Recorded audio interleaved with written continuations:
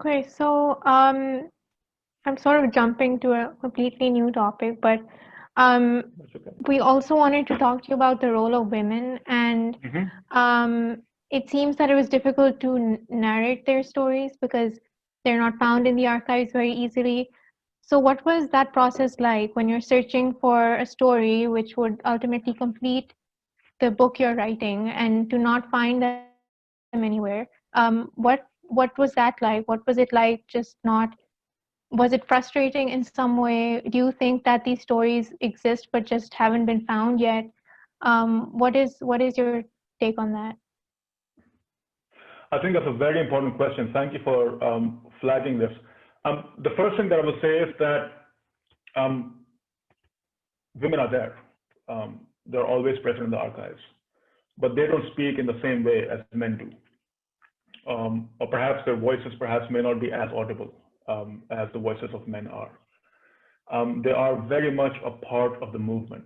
And so, to give you an example, I chose three photographs in the book deliberately with the intent of showing, for example, how women were part of everyday peasant agitations. And this is where one sees that presence. So one of my favorite photographs is of a picture of basically a child sleeping in the lap of his mother as she attends like a peasant morcha in agitation. And so my point is to say that they're very much there. But those accounts and those where women recount their experiences in the struggle are very few and far in between. There are very important exceptions. And Anya Lumba, in her excellent book, Revolutionary Desires, documents those accounts. So there are women like Vimla Tang, Suhasini Chattopadhyay, Kalpana Dutt, Durgavati Devi, who's also better known as Durga Bhabi. And so those are perhaps the more well-known accounts, but they pale in comparison to the accounts that one finds of male revolutionaries. I think I should also mention over here that I was that I drew heavily from autobiographies, and there again one finds a stark, in some ways, disconnect and a disproportionate amount of men speaking about their role, their heroic role, their self-proclaimed heroic role in the struggle, as opposed to women. I would also add the disclaimer that that it I and this was part of this is one of the most infuriating part of my research, that I could not locate, except for one or two, I could not locate the autobiographical, in some ways, account of women in the movement that I was looking at, which was mostly situated in the Punjab. There are other accounts that were penned by women revolutionaries elsewhere in the subcontinent, especially in Bengal, in Bombay. But I mean, for reasons of, again, language, I don't speak Bangla, I don't read Marathi. So those obviously were not open to me. But I tried to kind of like insert those autobiographical accounts, memoirs, and other, obviously, testimonies that spoke of women's role in the movement from other contexts, as a way to supplement and as a way to enrich, perhaps, and to remind our readers about the central role that women performed in the movement. You find more women recounting their experiences in what was called the more terrorist side of the national liberation movement than you find than the communist movement as such. So that's another distinction that I want to make. But yeah, I mean, one perhaps does not even need to think of or to simply rely on these autobiographical accounts to narrate or to try to narrate the story and the experiences of women in the movement, because, as I said, they're still there. So one of the stories perhaps that might help us make sense of this is and I still remember it very vividly. This is an account that was penned by an individual called Chen Singh Chen, who writes many books on his role in the communist movement in the Punjab. And there's and I won't forget, the moment I read that account of his marriage to another comrade. Her name was Sushila Kumari, and she was a huge part of the movement as well. And so what used to happen was that within the communist movement, women could operate, and they operated mostly as in some relation to their male comrades. And this was a way perhaps they had more latitude in their politics and movement and stuff. And so part of the strategy that was inaugurated by the communist movement was that they invented this notion of farzi shadis, wherein there used to be a pretend marriage, if I can call it that, between a female comrade and male comrade. And so this is how they could operate out in the open as members of the communist movement. But that shadi was always pretended. And so Sushila Kumari and Chen Singh Chen were united in this farzi shadi of sorts, except that Chen Singh Chen soon develops feelings for Sushila Kumari. And eventually Sushila Kumari decides to also marry Chen Singh Chen. And part of the reason that Chen Singh Chen gives in his account is that she was also feeling in some ways pressure from other male comrades who were also interested in Sushila. And so Chen Singh Chen claims that it was a love marriage. I mean, they had a great life afterwards. And sure, I mean, one needn't kind of like suspect that, one needn't doubt that. But we don't really know Sushila's side of the story, as it were. We don't know the pressures that she would have been under or she might have faced when she chose to say yes to Chen Singh Chen. She may well have been happy, who knows? But my point is to say, is in picking up on this account, is that it is inconceivable to imagine this movement without the active role that women played in it. And there's no doubt either that women confronted inordinate burdens and expectations that were placed on them when it came to the movement, both within the movement and outside of it. And so one way to actually convey that is to think about, again, those invisible acts that were seemingly invisible, but those acts that women performed all the time in service of the movement at large. And so, Sushila is obviously one story, but for example, one finds other presences, if I can call it that, of women in the lives of these, self-proclaimed heroic revolutionaries. For example, their wives and mothers and sisters and so on, who they leave in pursuit of their glorious revolution. And so it leaves obviously out the story of who is actually taking care of the household, who's like, bringing up the kids, who's like, transporting food to the jail and so on.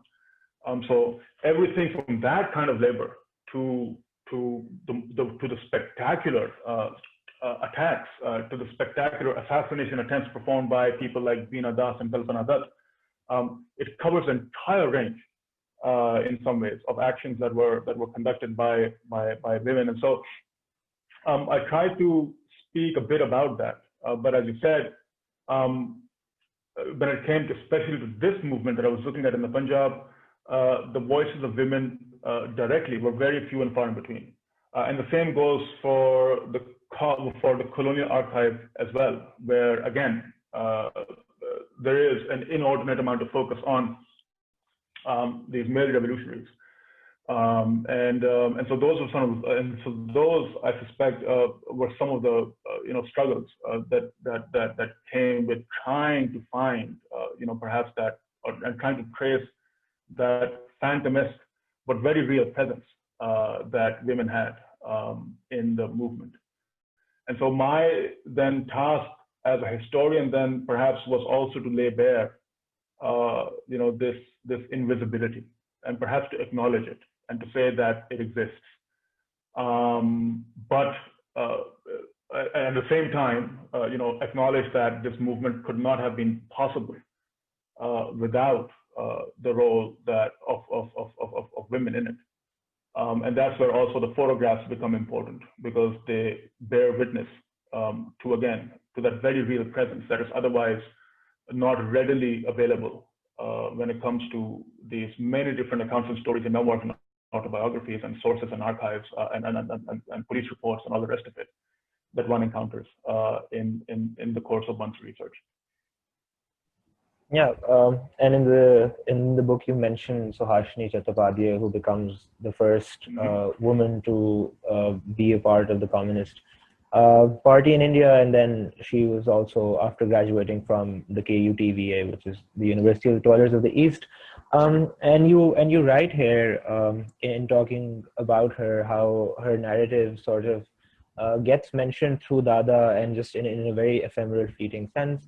And at one point you write that debates on new women and women's equality were part and parcel of discussions within the Comintern. At the same time, however, it claimed that the liberation of women from centuries of enslavement, lack of rights and inequality was possible only through the victory of communism. Bourgeois women's movement, it added, was completely incapable of guaranteeing women that which communism gives. What that meant was that there was no special women's question, and that the emancipation of women was subordinate and indeed contingent on the successes of a single and indivisible proletarian struggle. Put simply, class trumped gender. And I think the question here is about the shortcomings of the Comintern itself, or this Soviet communism in terms of gender, and where it saw gender and where it located gender as an issue, and what hierarchies it developed when it came to issues of gender. Yes, I mean, I would not disagree with that at all. What I will perhaps start off, and you've pretty much said it all, I don't need to elaborate much on that, but it still bears, it's still worth saying that communism as a political project treated the question of women's emancipation in a way that was far more serious than other political projects at the time. And I'm speaking here now in the case of South Asia. I'm also thinking of its parallels in the nationalist movement. And women were a huge part of the nationalist movement as well, whether it was the Indian National Congress or the All India Muslim League. And so in that sense, certainly, I mean, one can say that perhaps the most expansive idea of women's liberation was offered by, was the one that was offered by the communist movement and the left at large.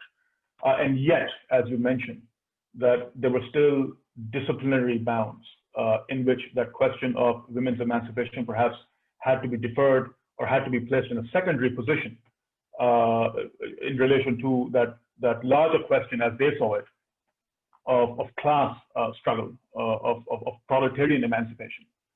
And this is reflective, again, of a time and a moment and an idea that thought of gender hierarchy and the thought of women's suppression and oppression as a symptom of capitalist oppression and so on. So at the time, and that argument is made by prominent feminists at the time too.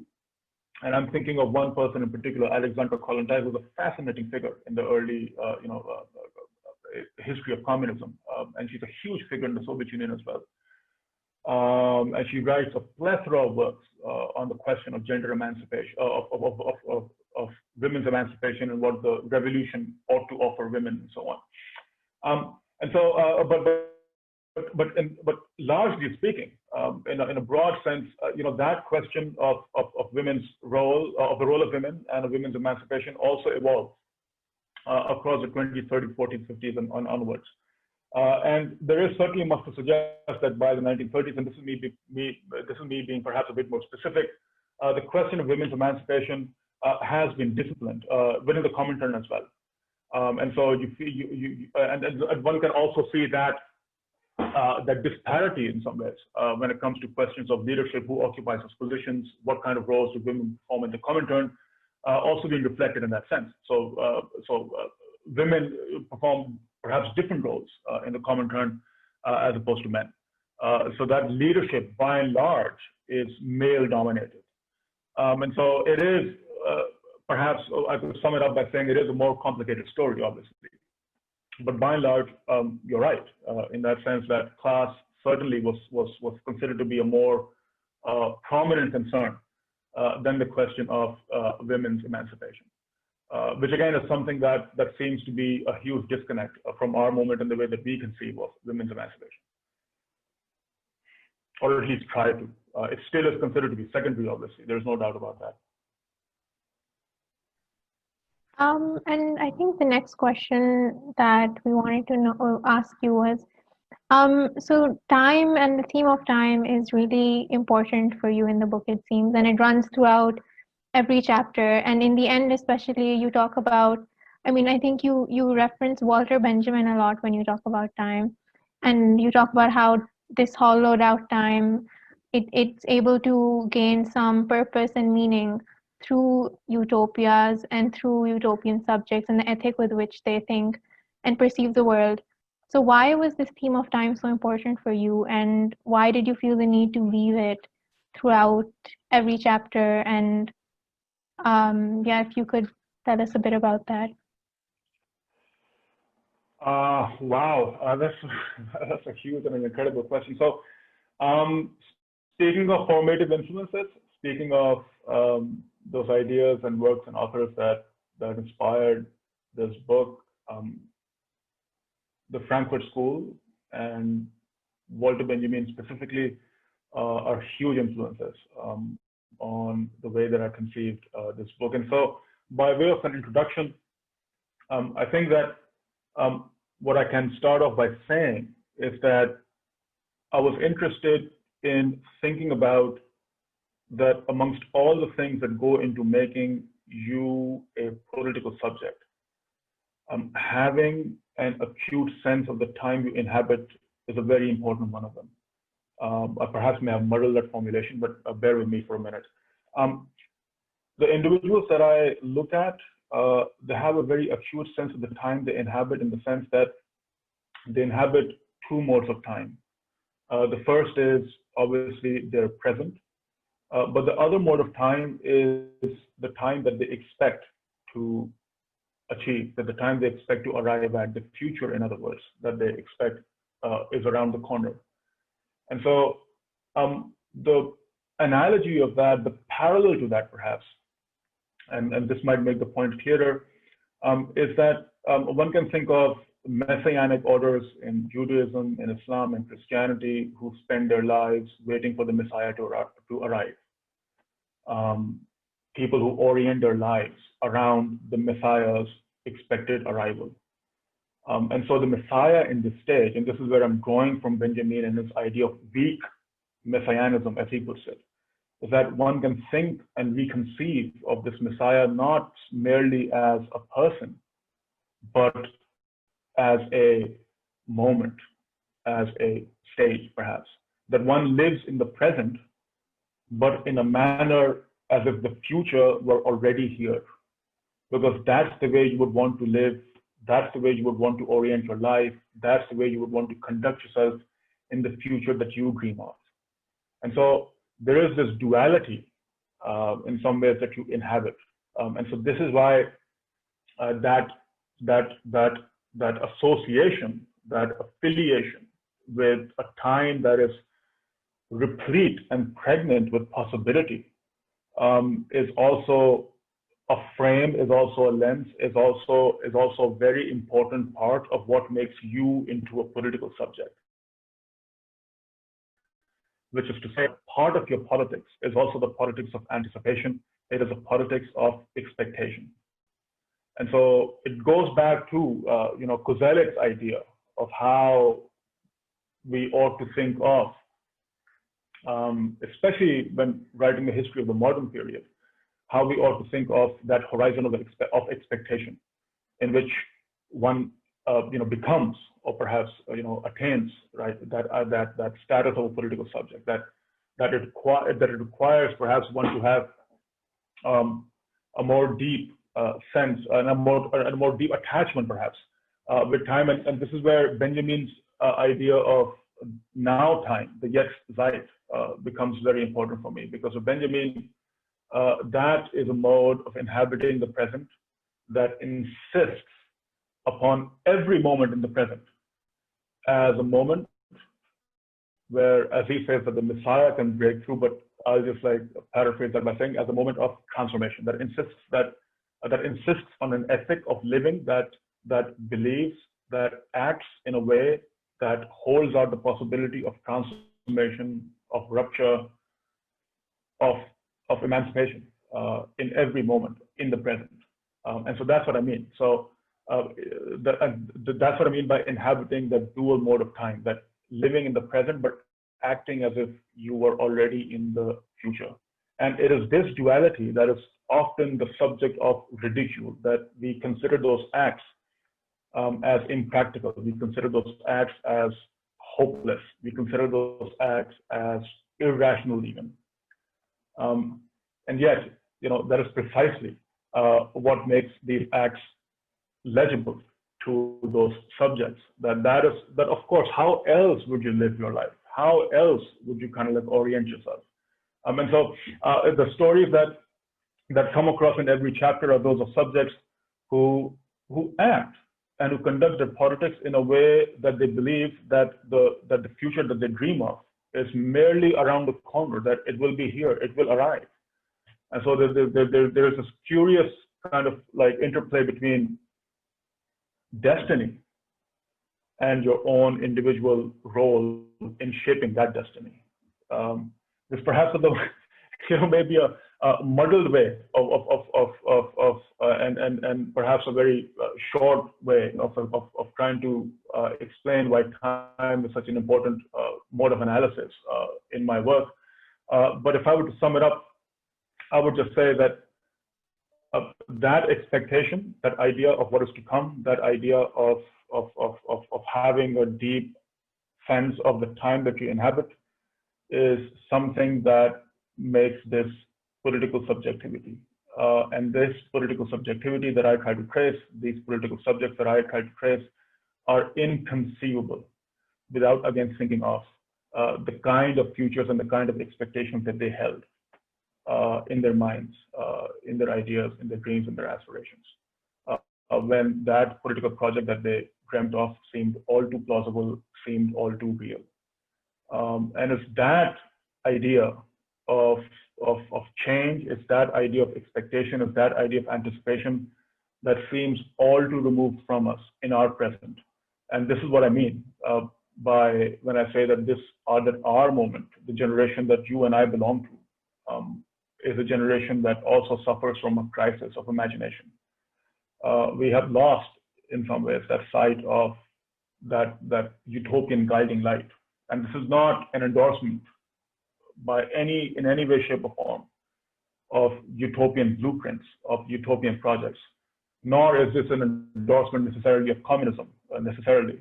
But what this is an urge, is an invitation for us to think seriously about utopian thinking, about that imagination that can somehow deliver us from our disaffected present.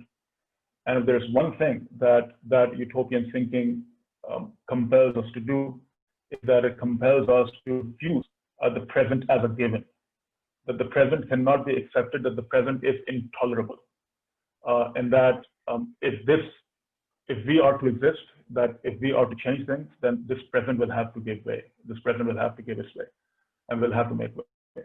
And part of the crisis of our moment, as I said earlier, is precisely that those ideas and that utopian logic and that utopian line of thinking, sadly, seems to be dominated by the far right than it is by the other end of the political spectrum. And so this is why this, to me, was a very important frame in which to situate the subjects of my book. Yeah.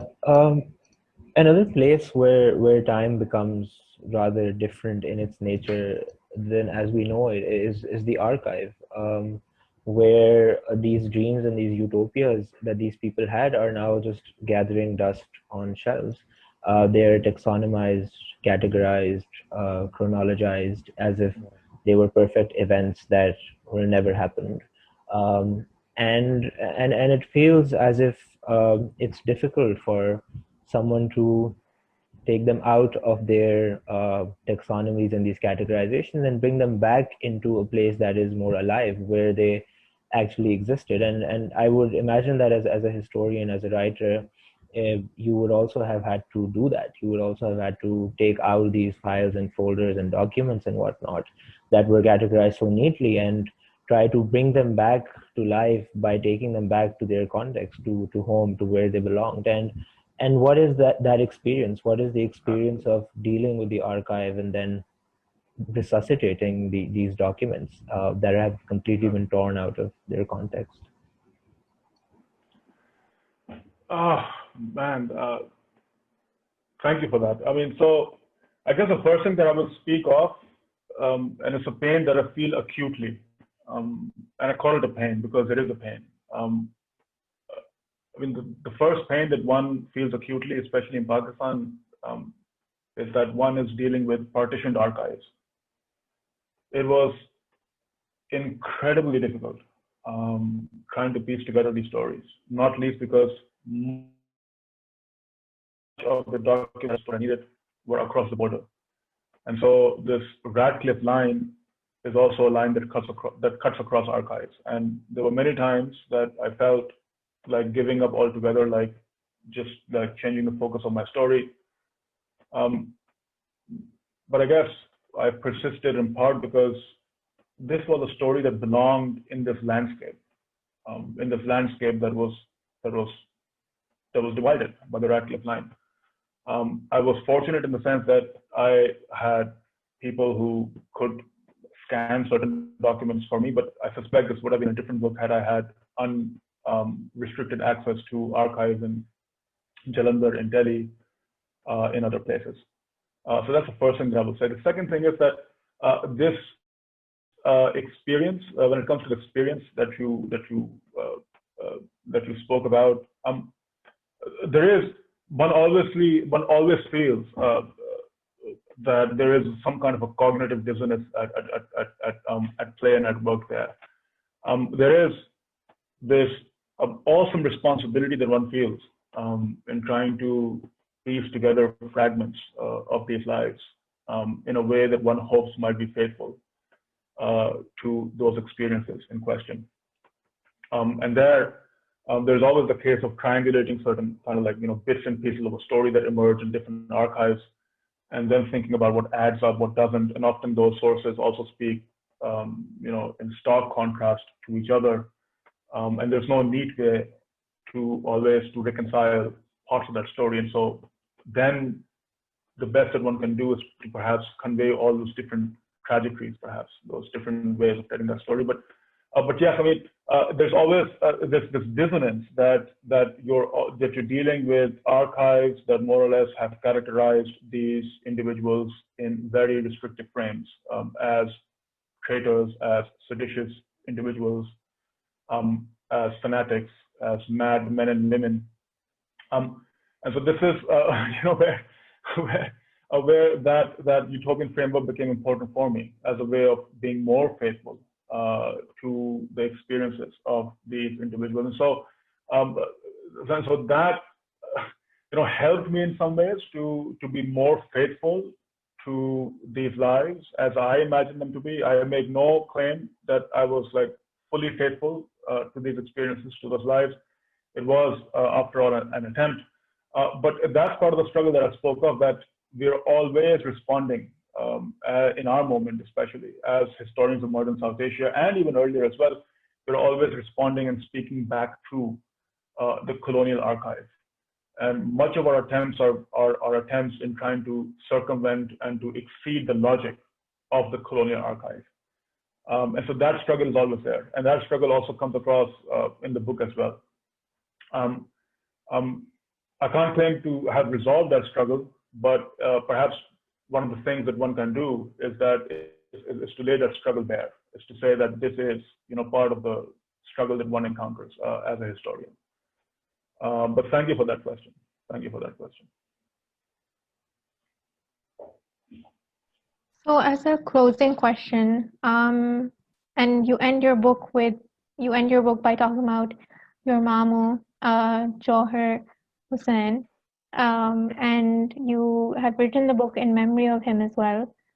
So if you could end on that note, and if you could tell us a little bit about that story and why you wanted to tell your readers about it too, we would love to hear that. Yeah, I guess I still get a bit emotional thinking of that. It's he was part of the NSF in the 60s, and he basically just devoted his life to progressive causes in Pakistan, and he also paid a heavy price for it. So he was jailed in the 60s under Ayub's regime. He was exiled from Karachi. He was imprisoned in the Lahore fort. He was also part of the movement, that sought to elect Fatimah Jinnah. And so he spent his remaining decades as always being as committed to the cause, and his life also reminds us, I suppose, at least it reminds me, of the many different possibilities that existed in Pakistan in the 60s and 70s. There's a possibility that we have lost sight of after the experience of dictatorship in the 80s and the collapse of the left or progressive forces in the 90s and the 2000s and so on. There were far too many who obviously were imprisoned, were persecuted, and others, gave up. Some gave up. One cannot blame them, obviously, for giving up. There was a truly extraordinary times. But others still carried on the torch. However, even as small as that torch may have been, and so he never really stopped, believing in that sense. So I vividly remember as a child always listening to his stories and always being, wow, I mean, that must have been a very different period and so on. I never really realized by how different a period that was. I mean, what do I know? I was a child. And so one fine day, he hands me a little pamphlet. It was hardly like a dozen pages or so. And so that pamphlet was titled The Socio-Economic Causes of the Partition of India. And this was typical. This was typical of communists and of lefties and of comrades. It still is, because they just found it impossible to believe that people could turn on each other like that. I mean, they always sought to think about a more material basis for conflict instead of thinking that people could simply be led by religious hatred. And so that pamphlet was a reflection of that. And the curious thing about the pamphlet was that there were just three people listed on it. And all three were like, one was the president, one was the general secretary, he was the general secretary, one was this other guy, treasurer. One guy had died, and he was alive. My mom was there, and he was barely alive. And he gave me the pamphlet and he said that, read it. And I just like did what any, I suppose, teenager does. I didn't take it seriously. They're all, I suppose, like embarrassment as teenagers, I guess, and that's what I did.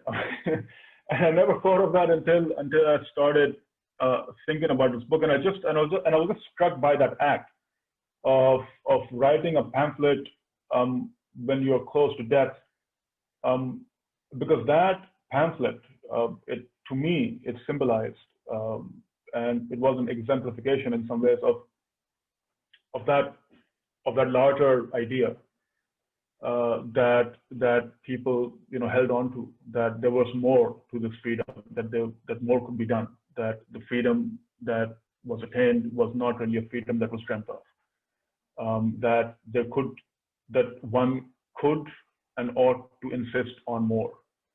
And so just that act of literally believing in that, of working towards that, even when you're close to your dying days, to me was the best summation of that ethic and that larger idea that these individuals held. And that's not to say that they were not flawed individuals. That's not to say that they were erroneous individuals. That's not to say that they were they were duplicitous and so on. They were human, much like everyone else. And this is not to glorify them in any way, shape, or form.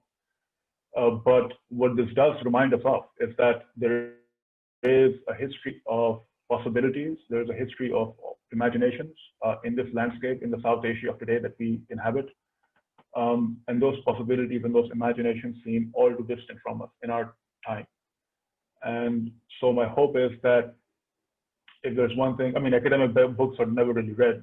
I suppose that's okay, but I mean, I hope that if there's one thing that this manages to do, even in the slightest way possible, is that I hope that it manages to perhaps rekindle and cultivate our imaginations, that our imaginations for other possibilities that might be rekindled, that might be revisited, that might be renewed in our disaffected present. And so, yeah, I mean, these were lives that were placed in service of that larger cause as they saw it. And whether one belongs to the right or left, it doesn't really matter. The point is that that insistence on possibility and a different possibility and on alternate imaginations, that I think is something that all of us should hang on to and ought to hang on to. And so if there's one thing that history can do, if there's one thing that these stories can do, is that they can, in their own way, rekindle those imaginations, and those stories can rekindle those possibilities. And I hope that, and one always writes with that hope as well,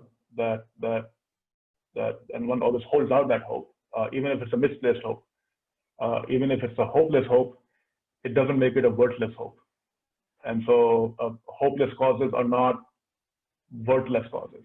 And I want to make a distinction between that. And that, I think, is what I've learned from these lives as well, that something that is held out as hopeless is not worthless. It is always worthwhile.